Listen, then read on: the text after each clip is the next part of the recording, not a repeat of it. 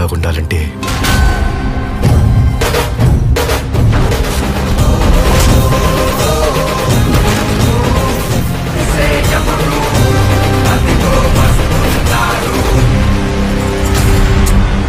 నందమూరి కళ్యాణ్ రాము మరియు విజయశాంతి కాంబినేషన్లో వచ్చినటువంటి అర్జున్ సన్ ఆఫ్ వైజయంతి చిత్రము బాక్స్ ఆఫీస్ దగ్గర భారీ వసూలను రాబడుతుంది.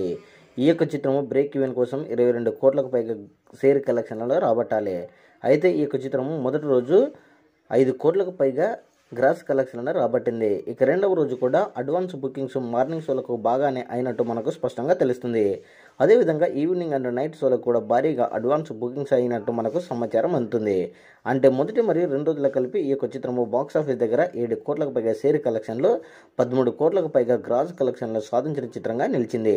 అయితే గతంలో రిలీజ్ అయినటువంటి బింబిసారా చిత్రం కూడా బాక్స్ ఆఫీస్ దగ్గర మొదటి రోజు 9 కోట్లకు పైగా గ్రాస్ కలెక్షన్లు రాగా రెండవ రోజు కూడా బింబిసారా చిత్రము 5.2 కోట్ల రేంజ్లో గ్రాస్ కలెక్షన్లను సొంతం చేసుకుంది.